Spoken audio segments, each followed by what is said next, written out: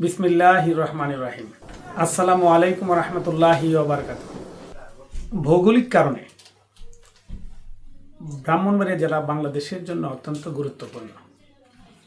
বাংলাদেশ যেমন বিনিয়োগকারীদের জন্য, সারা পৃথিবীর ইনভেস্টরদের জন্য অত্যন্ত গুরুত্বপূর্ণ একটি ডেস্টিনেশন, ঠিক তেমনি ব্রাহ্মণবাড়িয়া জেলা গোটা বাংলাদেশের বিনিয়োগকারীদের জন্য অত্যন্ত গুরুত্বপূর্ণ একটি জেলা বা জায়গা। আমি মনে করি ব্রাহ্মণবাড়িয়ায় যদি কেউ ইনভেস্টমেন্ট করার পরিকল্পনা করে তাহলে তার সব দিক দিয়েই সে সুযোগ সুবিধাগুলো পাবে। যেমন ব্রাহ্মণবাড়িয়া এমন একটা জায়গা অবস্থিত যেই জায়গা থেকে ঢাকার দূরত্ব, চট্টগ্রামের দূরত্ব এবং সিলেটের দূরত্ব অ্যাপ্রক্সিমেটলি 3-3.5 ঘন্টার মধ্যে হয়ে থাকে। আপনি ইচ্ছা করলে 3.5 ঘন্টায় চট্টগ্রাম যেতে পারেন, ঢাকা যেতে পারেন অথবা সিলেটে যেতে পারেন। তাছাড়া আপনি যদি মনে করেন যে আপনি ভারত যাবেন, আগরতলা যাবেন, আগরতলা দিয়ে আপনি দিল্লি যেতে পারেন বা যেখানেই কলকাতা যেতে পারেন, এটাও 2-2.5 ঘন্টার ব্যাপার মাত্র। অর্থাৎ আপনি 40 মিনিটের মধ্যে আপনি ইন্ডিয়া যাওয়ার সুযোগ পাবেন। কারণ আপনারা জানেন যে আন্তর্জাতিক স্থলবন্দর আখাউড়া, এখান দিয়ে মানুষ অনায়াসেই ব্রাহ্মণবাড়িয়া থেকে পৃথিবীর যে কোনো জায়গায় এই এয়ারপোর্ট, আগরতলা এয়ারপোর্ট ব্যবহার করে আসা যাওয়া করতে পারে। তাহলে ইন্ডিয়ার দূরত্ব মাত্র 40 মিনিট ব্রাহ্মণবাড়িয়ার শহর থেকে। আমি আপনাদেরকে আরেকটা কথা বলবো যে এই যে চমৎকার একটা লোকেশান, যে প্লেস থেকে আপনি যদি কোনো পণ্য বিদেশে পাঠানোর পরিকল্পনা করেন, আপনি যদি বাই রোডে পাঠান, আপনি আগরতলা দিয়ে ইন্ডিয়া পাঠাতে পারবেন।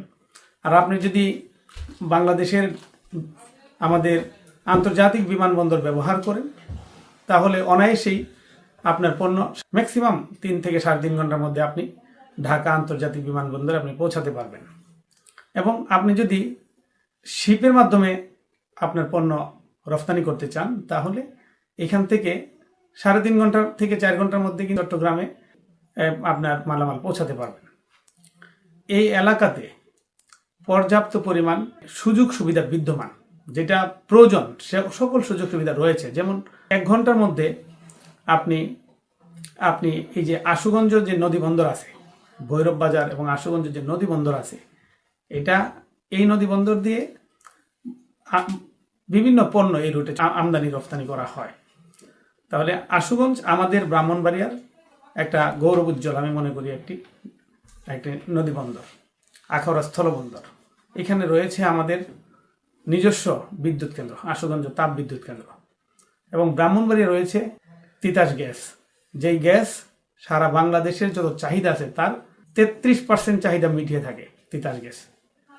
এখন আসুন, আমি ব্যবসার কাছে আবেদন করেছি যেন কসবা 3 লাখ পীর এলাকায় ইপিজেড স্থাপন করার সুযোগ আমাদেরকে দেওয়া হয়।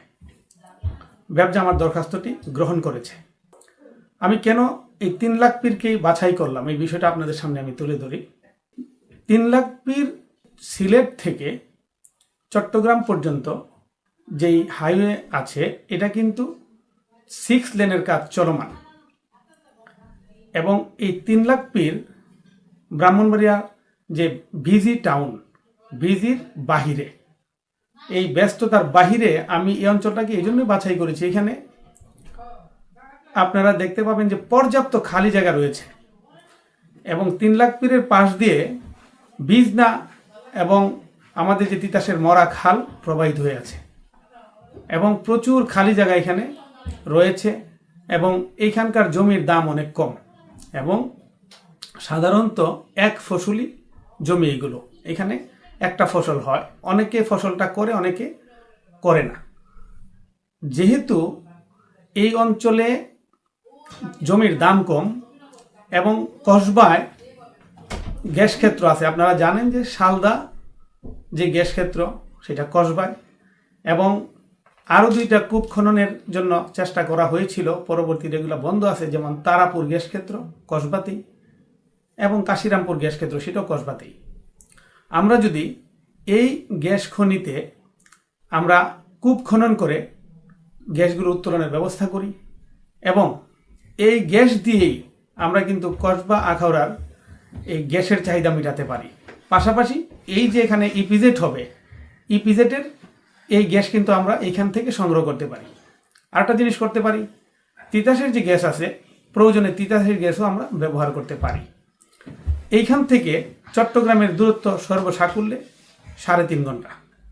আমি যদি কোনো যানজট এড়িয়ে আমাদের কোনো গাড়ি যদি 3 লাখ ফিট থেকে যদি চট্টগ্রাম সমুদ্র বন্দরের উদ্দেশ্যে রওনা হয়, আমি বিশ্বাস করি 3.5 ঘন্টার মধ্যে সেটা চট্টগ্রামে পৌঁছাতে সক্ষম। ম্যাক্সিমাম কোনো প্রকার কিছু যানজট থাকলে হয়তো এটা 4 ঘন্টায় পৌঁছাতে সক্ষম। তাহলে দ্রুত পণ্য পরিবহন করার এবং মতো মানে সবচেয়ে উপযোগী প্লেস হলো এই ব্রাহ্মণবাড়িয়ার মধ্যে এই অঞ্চলটা। তো এইখানে যদি আমরা এমন একটা জায়গা বাছাই করার পরিকল্পনা করছি যেখানে পর্যাপ্ত ঘাস জমি আছে এবং জমির দাম কম। সরকার যদি অ্যাকোয়ার করে জমি, তখন কিন্তু দামের প্রশ্ন আসবে। তো সেই জন্য দাম যদি এখান থেকে কমে যদি আপনি জমি সরকার কিনতে পারে, তাহলে এইটার জন্য একটা ভায়াবল একটা প্লেস হবে। আমাদের নিজস্ব বিদ্যুৎ কেন্দ্র আছে, এইখানে পানি নিষ্কাশনের জন্য খাল আছে এবং এইখানে জমির দাম কম এবং ঘাস জমি আছে। এবং আপনারা জানেন যে কাছেই প্রায় 30 মিনিটসের মধ্যেই এখান থেকে আমরা কিন্তু আখাউড়া রেলওয়ে জংশনকে ব্যবহার করতে পারি। আখাউড়া রেলওয়ে জংশন অত্যন্ত গুরুত্বপূর্ণ একটা রেলওয়ে জংশন। কোনো পণ্য যদি রেলের মাধ্যমে চট্টগ্রাম পৌঁছানোর চিন্তা করা হয়, আখাউড়া রেলওয়ে জংশনের মাধ্যমে সেটা পৌঁছানো সম্ভব। এবং কোনো মালামাল যদি আমরা যদি মনে করি যে আমরা নদী বন্দর ব্যবহার করব, সেই ক্ষেত্রে আমরা আশুগঞ্জ নদী বন্দরকে ব্যবহার করতে পারবো। এত সকল সুযোগ সুবিধা থাকার কারণেই আমি মনে করি যে এই অঞ্চলটা 3 লাখ ফিটটা হতে পারে একটা বিনিয়োগকারীদের জন্য একটা জংশন, একটা হাব, এমন একটা হাব যেখানে সারা বাংলাদেশের মানুষ খুব দ্রুততম সময়ের মধ্যে বাণিজ্যিক সুবিধাগুলো এখান থেকে নিতে পারবে, পরিবহনের সুবিধা নিতে পারবে, র ম্যাটেরিয়ালসটা দ্রুত আসবে, মালামাল দ্রুত আমরা এক্সপোর্ট করতে পারবো। যেহেতু বিস্তীর্ণ অঞ্চল এখানে আছে, কোনো প্রকার বসতি নেই, খালি জায়গা এবং সরকারি ঘাস জায়গা আছে, এইসব কিছু বিচার বিবেচনা করে আমি মনে করি যে যদি 3 লাখ ফিট অঞ্চলকে এই ইপিজেডের জন্য বাছাই করা হয়, তাহলে এইটা হবে একটা শ্রেষ্ঠ ডেস্টিনেশন। এবং আমি অনেক বিনিয়োগকারীদের সাথে কথা বলেছি বাংলাদেশে এবং বিদেশে। আপনারা জানেন আমার বিদেশে বহু কানেকশন রয়েছে। আমি বিনিয়োগকারীদের নিয়ে কাজ করতেছি। বাংলাদেশে বড় বড় বিনিয়োগ আনার জন্য আমি চেষ্টা করতেছি।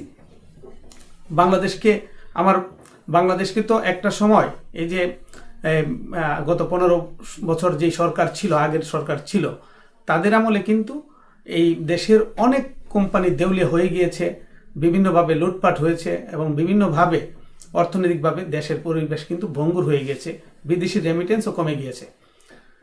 যখনই জুলাই আগস্টের বিপ্লব হলো, বিপ্লব পরবর্তী সময়ে বাংলাদেশকে আমি মনে করলাম যে এটা রিবিল্ড করতে হবে। বাংলাদেশকে রিবিল্ড করার জন্য যেই স্বপ্ন আমাদের মাননীয় প্রধানমন্ত্রী জনাব তারেক রহমান দেখছেন, আমি মনে করি যে ওনার এই পরিকল্পনাকে বাংলাদেশকে পুনর্গঠন করার জন্য এবং বাংলাদেশের এই যে শিল্প খাতে বিপ্লব ঘটানোর জন্য, বিশেষ করে ওনার যে পরিকল্পনা আছে ইপিজেড করার, এটাকে এগিয়ে নেওয়ার জন্য আমি মনে করি আমাদের এই 3 লাখ ফিট হবে একটা বেস্ট প্লেস এবং বিনিয়োগকারীদের জন্য একটা আকর্ষণীয় ডেস্টিনেশন। আমি আহ্বান জানাই যে এইখানে যেন ইপিজেড হয় এবং এই এলাকার বিশেষ করে কসবা, আখাউড়া, বিজয়নগর সদর, আমাদের অঞ্চলের মানুষ, আমরা তো আমাদের এটা আসলে যেহেতু প্রায় 35 কিলোমিটার জুড়ে আমরা কিন্তু ভারতের সাথে আমাদের সীমানা, এবং আমাদের লোকজন বিভিন্নভাবে ড্রাগ এডিক্টেড হয়ে যায়, ড্রাগ ব্যবসার সাথে তারা জড়িয়ে পড়ে, যুব সমাজ ধ্বংসের মুখে। আমার একটাই চিন্তা ভাবনা, কিভাবে এই যুব সমাজকে এই ধরনের অপকর্ম থেকে রক্ষা করা যায় এবং তাদেরকে কিভাবে অ্যাকোমোডেট করা যায়, কর্মসংস্থানের ব্যবস্থা করা যায়। আমার এই পরিকল্পনায় ব্রাহ্মণবাড়িয়া জেলা নয়, শুধু জেলার আশেপাশের যে জেলাগুলো আছে, কুমিল্লা, ওই দিক থেকে কিশোরগঞ্জ এবং হবিগঞ্জ, এইসব অঞ্চলের আমি বিশ্বাস করি কয়েক লক্ষ লোকের কর্মসংস্থানের ব্যবস্থা করা সম্ভব এই ইপিজেডের মাধ্যমে। তা আমি বাংলাদেশ সরকারের যে পরিকল্পনা আছে আগামী দিনে বাংলাদেশকে একটি ব্যবসায়িক ফ্রেন্ডলি এবং শিল্প বিপ্লবের জন্য যেভাবে তাদের পরিকল্পনা আছে, পরিকল্পনাকে এগিয়ে নেওয়ার জন্য আমি মনে করি সর্বপ্রথম আমাদের এই সরকারের সর্বপ্রথম ম্যানিফেস্টো হওয়া উচিত আমাদের এই 3 লাখ পীরের যেই ইপিজেড এই প্রকল্প। এবং আমি মনে করি ব্যবসায়ীরা এখানে বেনিফিটেড হবে এবং আমাদের ব্যক্তিগতভাবে যে কানেকশন আছে পৃথিবীর বিভিন্ন দেশে ইতিমধ্যে আমি অনেক কানেকশন বড় করেছি আলহামদুলিল্লাহ, তাদেরকেও আমি এখানে বিনিয়োগ করার জন্য আগ্রহ আমি দেখতে পাচ্ছি। তাহলে আমি সবাইকে ইনভাইট করব যে এই অঞ্চলে যেন সবাই বিনিয়োগ করে এবং এই অঞ্চলটাকে সরকার যেন সুন্দরভাবে একটা প্রকৃত মানে একটা আধুনিক মডার্ন একটা ইপিজেড হিসাবে স্থাপন করে একটা উদাহরণ হিসাবে দাঁড় করায় এবং এটা যেন হয় অনেক মানুষের কর্মসংস্থানের একটা মূল কেন্দ্র এবং এটা যেন হয় একটা আধুনিক ইপিজেড। আমি আশা করি এই ব্যাপারে সবাই সার্বিক সহযোগিতা করবেন, সাংবাদিক বন্ধুরা সহযোগিতা করবেন এবং আমাদের সরকারকে সহযোগিতা করার জন্য আমি আহ্বান জানাই। পাশাপাশি আমাদের যে লক্ষ্য আমরা যেন সুন্দরভাবে এটা বাস্তবায়ন করতে পারি সবার কাছে দোয়া প্রার্থনা করছি। আমি বাংলাদেশের একজন সাধারণ নাগরিক, কসবা আখাউড়ার একজন সেবক বলতে পারেন। ব্রাহ্মণবাড়িয়া জেলার 14টা ইউনিটে আমি বিচরণ করি। আমি প্রত্যেকটা নেতাকর্মীর সুখে দুঃখে আমি খোঁজখবর রাখি। এখনও আমার কোনো সামর্থ্য না থাকলেও আমি চেষ্টা করি যেভাবে হোক একটা মানুষের পাশে থাকার জন্য। আমি সর্বদা আপনাদের পাশে আগে যেমন ছিলাম এখনও আছি, ভবিষ্যতেও থাকবো ইনশাল্লাহ। আপনারা আমার জন্য দোয়া করবেন যেন আগামী দিনে আপনাদেরকে নিয়ে একটি সুন্দর ব্রাহ্মণবাড়িয়াকে আমরা গঠন করতে পারি। আমি আরেকটু বলে দিচ্ছি, আমার মধ্যে কখনোই বিভেদের কোনো চিন্তা নেই। আমি চাই সবাই মিলেমিশে কাজ করি। আমাদের যারা সিনিয়র তারা পর্যাপ্ত আমার কাছে যথোপযুক্ত মূল্যায়ন পাবে এবং যারা জুনিয়র তারা শৃঙ্খলা মেনে চলবে। আমরা যারা সিনিয়র আছে যারা জুনিয়র আছে সবাই আমরা মিলে মিশে একসাথে কাজ করব। আমরা বাংলাদেশকে গড়ে তোলার জন্য তারেক রহমানের যে স্বপ্ন সেটাকে বাস্তবায়ন করার জন্য আমরা সবাই এক হয়ে আমরা ব্রাহ্মণবাড়িয়াকে একটা সুন্দর ব্রাহ্মণবাড়ি হিসেবে তৈরি করার জন্য কাজ করবো ইনশাল্লাহ। ধন্যবাদ সবাইকে, ভালো থাকবেন। আসসালামু আলাইকুম রহমতুল্লাহি ওয়া বারাকাতুহু।